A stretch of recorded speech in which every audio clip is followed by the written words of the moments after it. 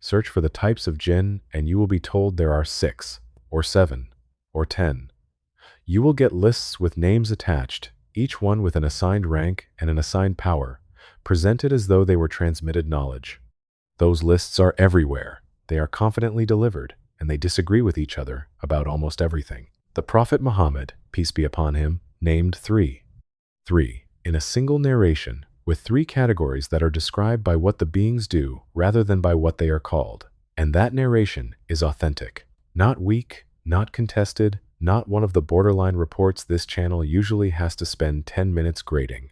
It was authenticated by Ibn Hibban, by Hakim, by Dhahabi, and by Albani, which is about as clean a chain of endorsement as this subject ever produces. So, the situation is unusual. On most topics like this, the popular version is elaborate, and the authentic version is thin. Here, the authentic version exists. It is sound, it is specific, and almost nobody has heard it, because it has been buried under a taxonomy that nobody can source. That is worth stating clearly at the start, because it changes what this video is. This is not one of those episodes where the honest answer is that we do not know. On this question, we do know. The answer was preserved, and it is 3. We are going to do the sound version properly, and then we are going to trace where the invented one came from. And there is a reason to care about this beyond accuracy. The invented taxonomy is not harmless decoration. Once you believe there are 6 kinds of these beings with assigned ranks and assigned powers, you have a framework that makes a person feel surrounded and outmatched, and that framework is the raw material for a great deal of fear and for a great deal of exploitation of frightened people. The authentic material does not produce that feeling. It is calm, it is short, and by the end of this video, you will see why. Start with what they are made of, because the Quran is precise about it and the material explains the categories. Chapter 55, Ar-Rahman, verse 15. And he created the jinn from a smokeless flame of fire. The Arabic is marriage min nar. Marriage carries the sense of something mixed, moving, unsettled, not a steady flame. The part of a fire that flickers and shifts at the edge, that has no fixed outline and will not hold a shape. Chapter 15, Al-Hijr, verse 27, gives it again with a different word and adds the timing. And the jinn we created before, from scorching fire. That verse establishes they were created before human beings, which Ibn Kathir glosses in 4 words as before creating humans. And a narration in Sahih Muslim sets all 3 creations side by side. The angels were created from light. The jinn were created from a smokeless flame of fire. And Adam was created from what has been described to you. 3 creations, 3 materials, and the middle one is the only one that is inherently unstable. Think about the 3 as a set. Light does not change and has no location you can point at. Clay is inert and stays exactly where you put it. And between them sits the only one of the 3 that will not sit still. Fire has no fixed boundary, consumes what it touches, and takes a different shape every second you look at it. That is the material the jinn were made from, and the Quran specifies the most unstable part of it, not the coal, not the heat, the flickering edge. Hold that, because it is going to explain the classification. A being made of something that does not hold a fixed form is going to be classified by behavior rather than by appearance, and that is precisely what the Prophet, peace be upon him, did. Here is the narration. It comes from Abu Thalaba al-Kushani. May Allah be pleased with him. The Messenger of God, peace be upon him, said that the jinn are of 3 types. A type that has wings, and they fly through the air. A type in the form of snakes and dogs. And a type that settles in a place and then moves on. That is the entire classification. 3 clauses, 1 sentence. Notice what is missing from that sentence before we do anything else. There are no names. Not one of the 3 categories is given a title. The Prophet, peace be upon him, did not say the first type is called such and such. He described what it does. There is no hierarchy either.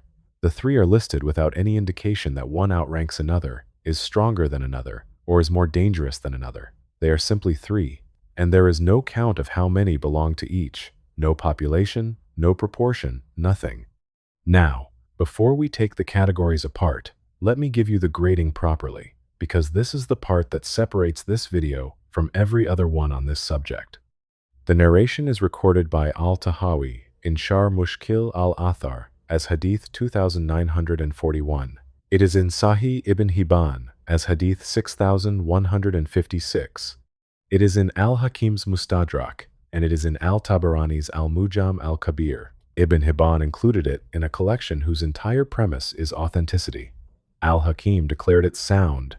Dhahabi, who is famous precisely for being harder on al-Hakim's gradings than al-Hakim was on himself, agreed with him here. Albani stated that it was reported with a Sahih chain. When Dhahabi agrees with al-Hakim, that is worth noting on its own, because a great deal of Dhahabi's reputation rests on the number of times he did not. He went through al-Hakim's collection systematically and corrected a large amount of it. On this one, he let it stand. Modern Hadith specialists have reached the same place. The narration has been described as strong in its chain by Shu'aib al-Arnaut, and Ibn Abd al-Barr described it as good. So you have a report authenticated across several centuries by scholars working independently, in different regions, with different methodological temperaments, and all of them landing in the same place. So this is not a report we are stretching to accept.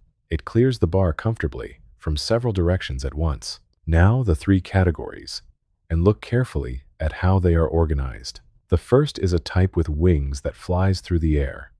That is a category defined by mobility, not by malevolence, not by power, not by rank. What distinguishes this group is how they move.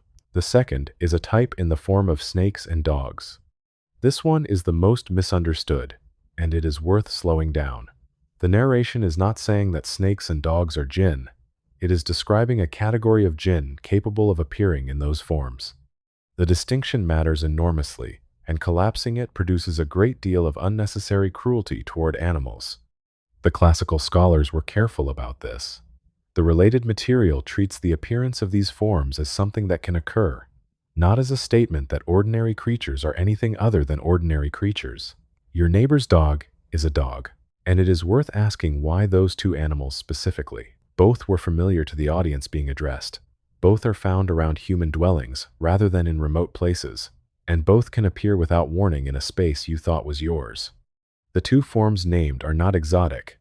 They are the ordinary and the close, which fits the pattern of the whole classification because nothing in it is designed to impress. And the third is a type that settles in a place and then moves on.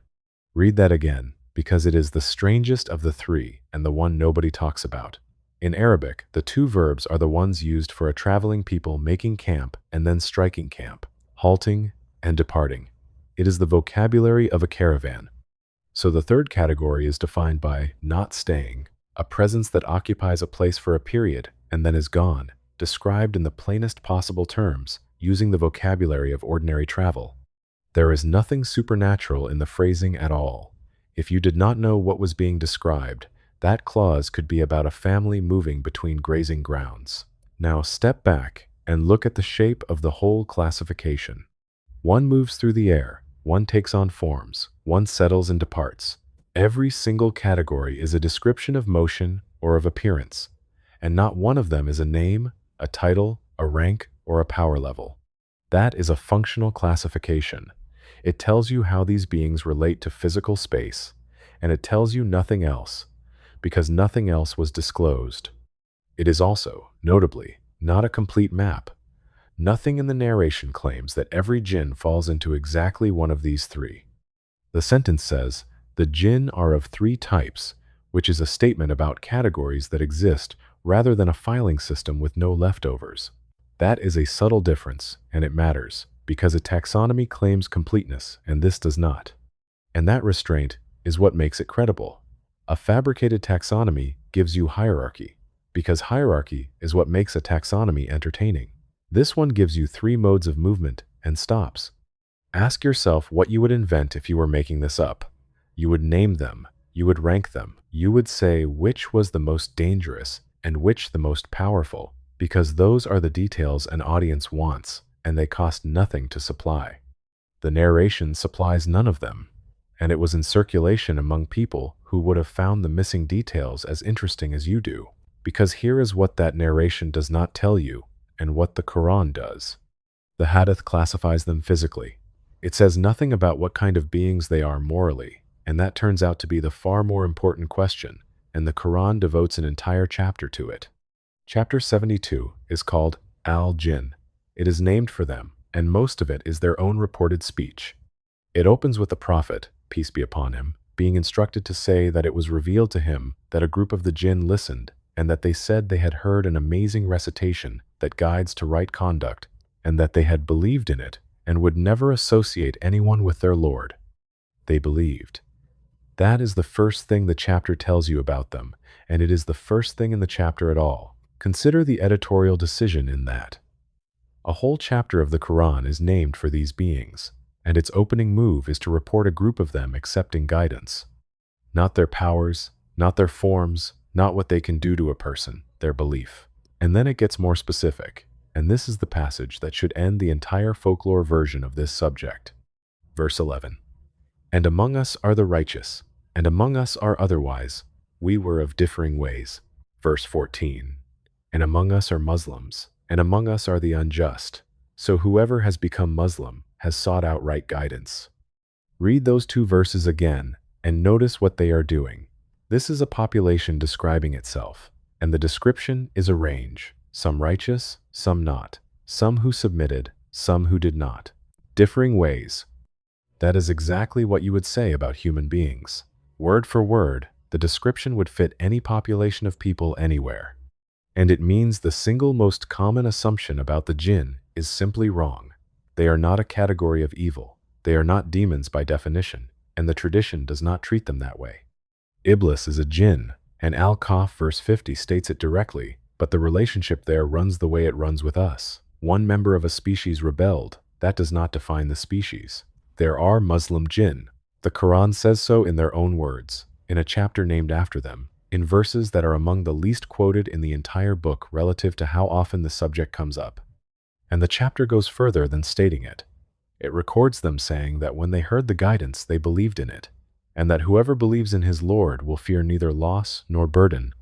It records them describing their own former state, that they used to think no one would ever speak a lie about God, and that they had sat in positions in the heavens for listening, and found those positions now guarded.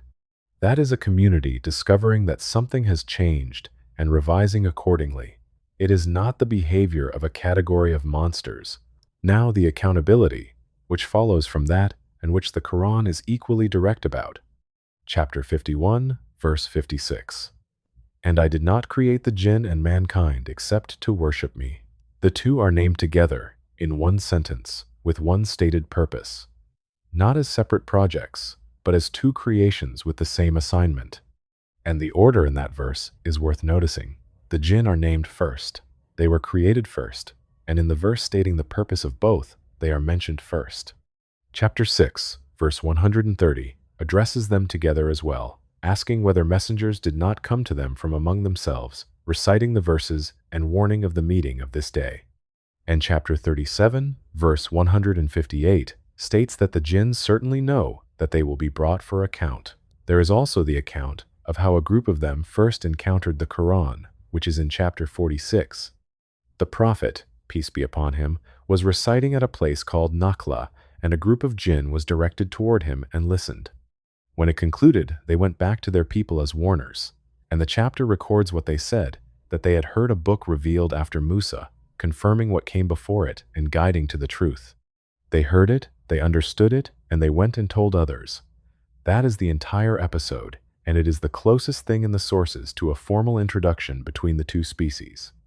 Chapter 72 also records them stating that among them are those who submitted and those who deviated, and that the ones who deviated became firewood for hell. Their own account includes their own consequences. So the picture is complete, and it is consistent. A created species, made before us, from a different material, with moral agency, addressed by revelation, capable of belief and disbelief, and answerable for it.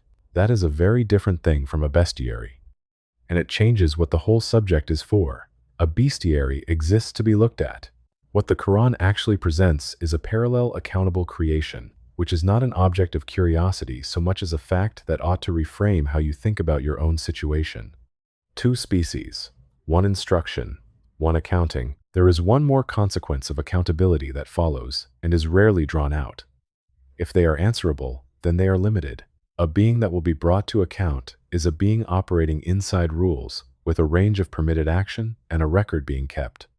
Whatever the jinn are, they are not outside the system. They are inside it on the same terms we are, which is the least frightening fact available about them, and almost never the one anyone leads with. And notice how it reframes the three categories we just walked through. Those categories describe how these beings move.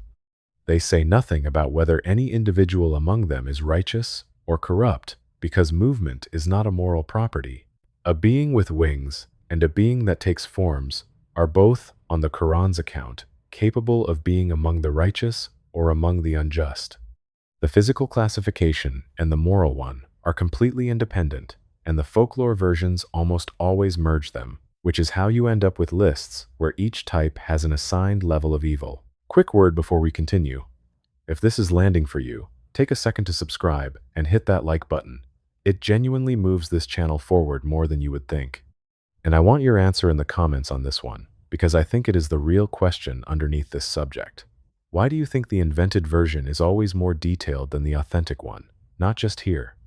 It happens across every topic on this channel. Is it that people want more, or that confident detail simply spreads better than honest limits? Tell me what you think. I read them all. Then stay with me, because we are about to trace where 6 types and 10 types actually came from, and then look at the one jinn the sound narrations say is assigned to you personally. Back to the lists. The expanded lists usually run something like this: Marid, Ifrit, Ghul, Silat, Yan, and then whatever the particular version wants to add to reach its number. Sometimes with attributes attached. This one is bound to water, that one to ruins, another to travelers. There is no chain for any of it. There is no narration, sound, or weak, in which the Prophet, peace be upon him, sets out a classification of 6 or 7 or 10 types.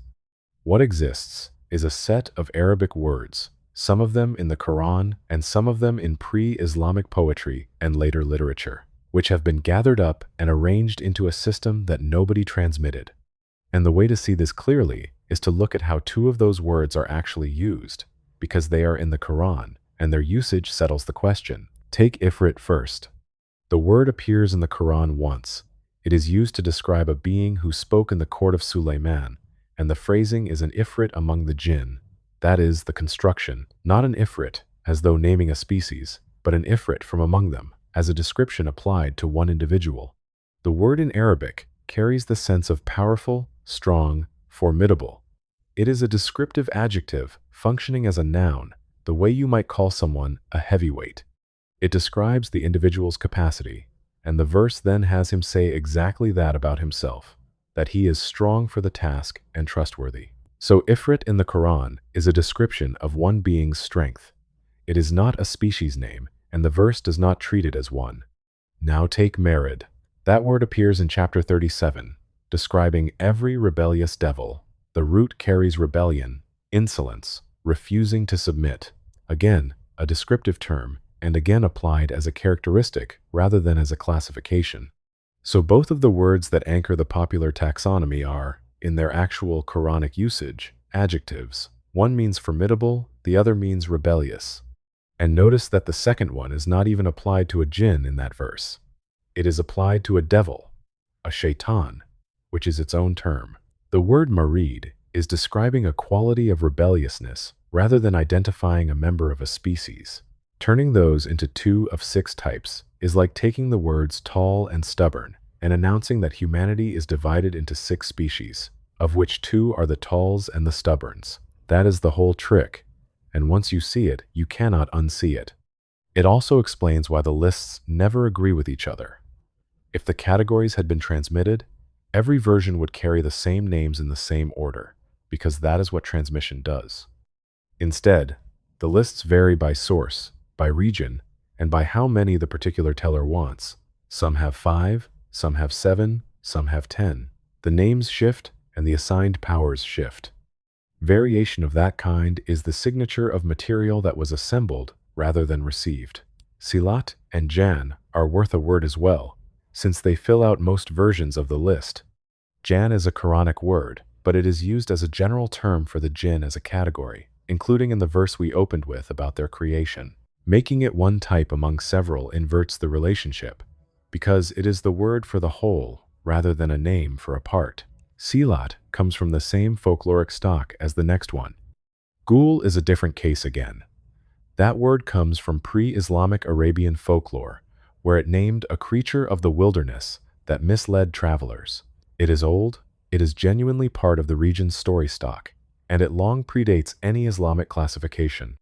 There is a narration in which the Prophet, peace be upon him, addressed belief in the ghoul, and the material there runs in the direction of dampening the fear attached to it rather than confirming a taxonomy. And there is a wider point in that, which recurs across every subject on this channel.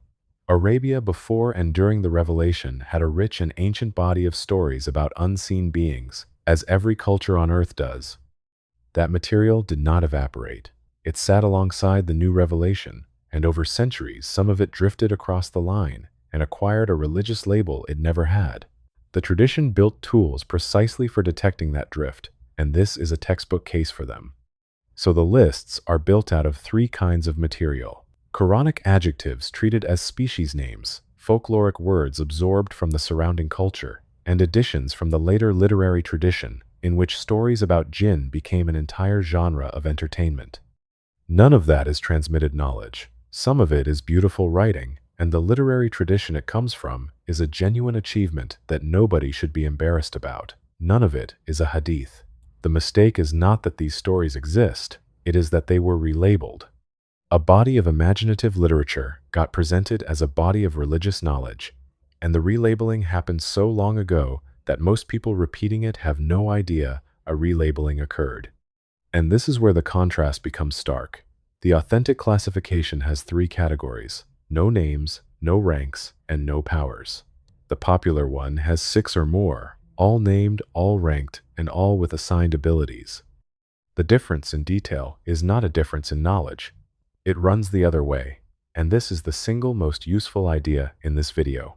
The invented version is more detailed precisely because nothing was constraining it. A person transmitting is limited to what reached them. A person composing is limited by nothing at all. So on any subject where the sources are careful, the unsourced version will always be richer, more vivid, and more satisfying. Richness is therefore not evidence of knowledge. On subjects like this, it is frequently evidence of the opposite, and that test will serve you well beyond this one topic. And there is one more structural point about the authentic narration that the invented versions cannot reproduce, which is what it does not license. The three categories describe how these beings move. They give you no method for identifying one, no procedure attached to any of them, and no instruction about what to do if you believe you have encountered any. That silence is not an oversight. It is consistent with how the sources handle the entire subject, which is to establish that these beings exist, establish that they are accountable, and decline to turn any of it into a practice. The invented taxonomies almost always come attached to something: a technique, a method, a service. The sound narration comes attached to nothing at all, which is one more reason to trust it. Now the last piece, and it is the one that is actually about you. There is a narration in Sahih Muslim from Abdullah ibn Masud, may Allah be pleased with him. The Prophet, peace be upon him, said that there is not one of you except that a companion from among the jinn has been assigned to him. It is one of the most quietly significant narrations in the collections, and it is in Sahih Muslim, which means there is nothing to argue about regarding its status. The word is qarin. The root carries the sense of being joined to something, coupled with it, paired. The same root gives the Arabic word for a spouse's counterpart, and for things that occur together. It means the one alongside you, permanently. The companions asked him whether this applied to him as well, and he said that it did, but that God had helped him against his, so that it submitted, and that it only instructed him toward good. There are several things in that exchange worth sitting with. The first is that it is universal, not a special affliction, not a sign that something has gone wrong in a person's life, and not something that happens to some people and not others. Every human being, without exception, and the narration is explicit about it.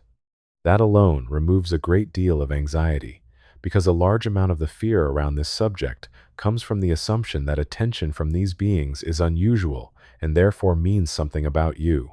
The sound narration says the opposite.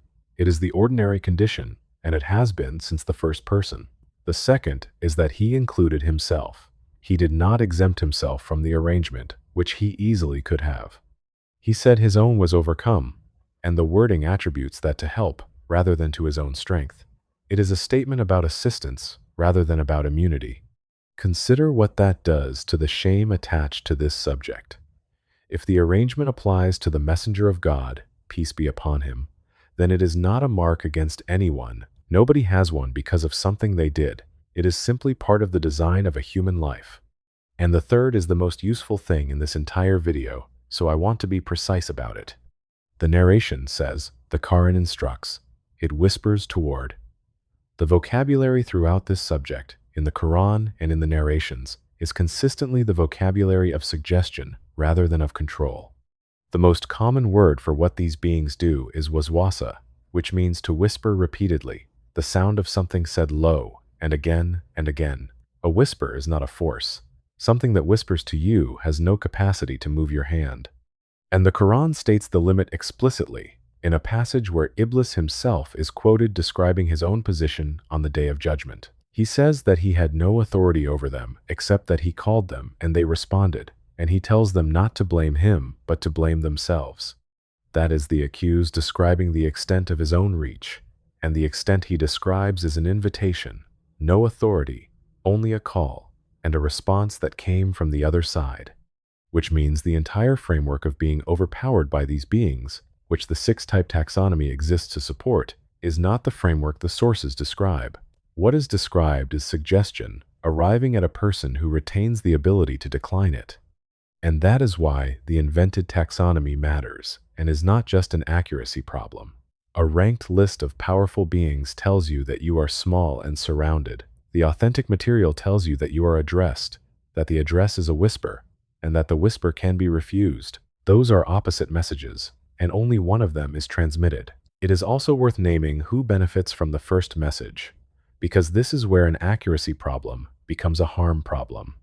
A person convinced they are surrounded by ranked and powerful beings is a person who will pay someone to make it stop. That market exists. It is large, and it runs on exactly the framework we have just traced to nowhere. The authentic material removes the foundation of that market entirely, which may be part of why it is the version nobody hears. So here is where we land. The types the Prophet, peace be upon him, named are three, and they describe movement, one that flies, one that takes on forms, one that settles and departs. That narration is authentic. Graded sound by Ibn Hibban, Al-Hakim, Dhahabi, and Al-Albani. Called strong by Shuaib al-Arnaut, and good by Ibn Abd al-Bar. That is what was named, and it is all that was named. Anyone offering you more is offering you something that was not transmitted. What the Quran adds is the part that actually matters. They were made before us, from a different material, and they are not a category of evil. Among them are the righteous, and among them are otherwise. In their own reported words, they were created for the same purpose we were, addressed by messengers, and they will be brought to account exactly as we will. And each of us has one assigned, whose method is a whisper, and whose own account of his authority is that he had none. That is the complete file. It fits in a paragraph, and everything in it is either Quranic or graded sound. Compare that against a list of 6 named types with assigned ranks and abilities. The second one is longer, more atmospheric, and easier to make a video about. The first one is true. The 6 types were invented. The 3 were narrated. And the 3 tell you less about them and more about your own position than the 6 ever could. Which brings this to the last thing. And it is the reason a subject like this belongs on a channel like this at all. If the mechanism is suggestion, then the outcome is decisions, and decisions are things people get wrong. Everyone listening to this has followed a whisper somewhere they should not have gone, and some of you are carrying the results of that right now, and have been for years. Chapter 39, verse 53. Say, O my servants who have transgressed against themselves, do not despair of the mercy of God. Indeed, God forgives all sins. Indeed, He is the forgiving, the merciful. Notice the phrase in the middle of it, transgressed against themselves. That is how the Quran describes it, not primarily as damage done to God, who is not diminished by anything anyone does, but as damage a person does to their own position. And the verse arrives with no conditions attached about how you got there, whether you were whispered to or how many times you have been back. The Quran instructs toward one thing, that verse instructs toward another. The whole of a life sits between those two, and only one of them is described as merciful. And it is worth ending on the asymmetry there, because the numbers in this video have been going in one direction the entire time. 6 types reduced to 3. Ranks and powers reduced to descriptions of movement.